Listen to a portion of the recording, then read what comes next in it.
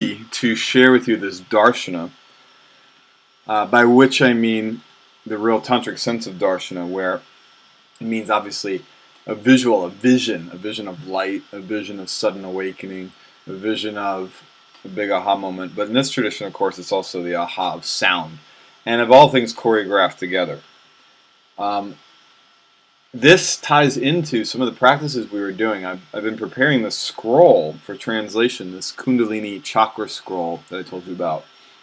And it has all the lost, let's say, Kriya Yoga mantra practices, all the lost Shakti-based practices that are the very heart of Kriya Yoga, the very heart of embodied yoga, period, and the heart of sound, the heart of music, the song of the universe.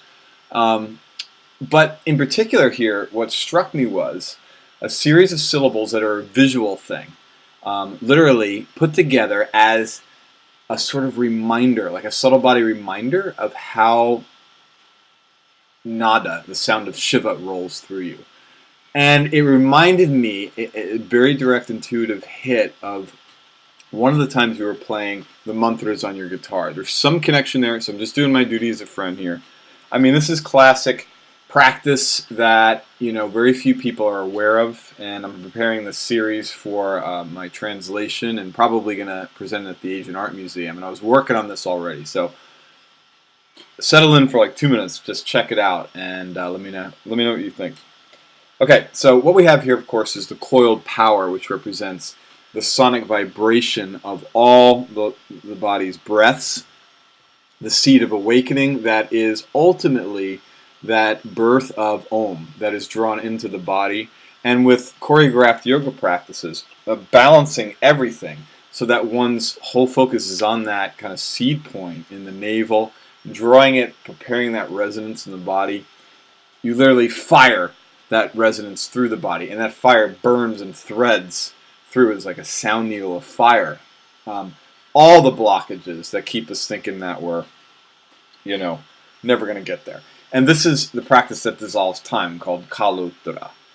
And from this, we have this very cool image of the original root chakra, literally representing that power of the sacrificial altar that he's turned his own body into.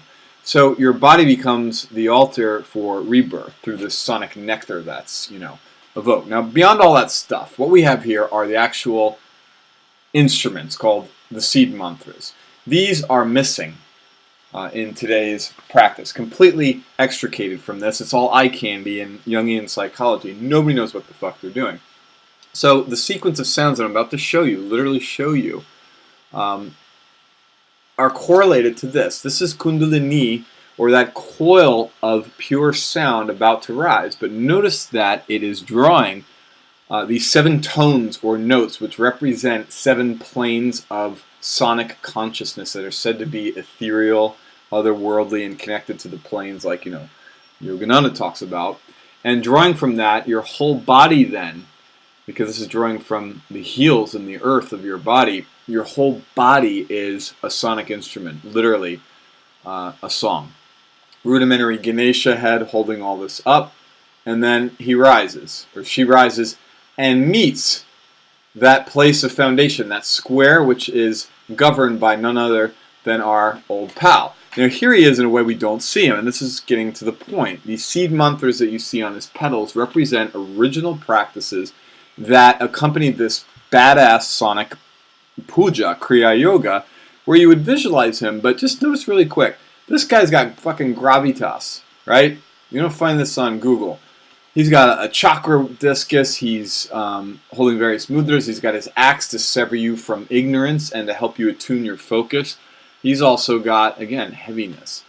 And the whole sense of the presence of rootedness is brought to bear here. And these syllables here are very, very important because they tie into the fire that you're trying to draw together. So, in this moment of drawing this fire together, we have that Kundalini circling and blazing with all the songs of the universe. Here we have that actual image, all the different pieces of Om circulating and getting ready to surge through your body and to purify it with the nectar of immortality. Okay, but check this out. Here are the very same mantras we just saw around Ganesha in the same shape, meaning he presides over this square, right? He's the guardian of the earth, the square element. Here we have the tridents representing thunderbolts as well. This little ditty on the right here says, you better keep this secret.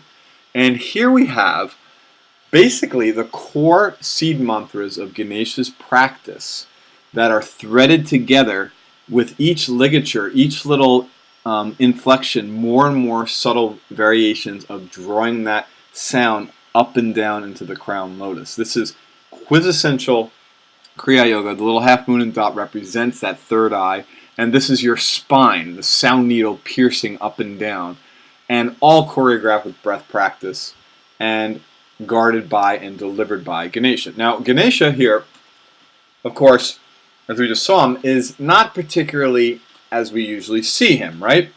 First of all, we've been given a dead version of that chakra, which just has the wrong syllable, no practice, nothing, as we have in these original texts.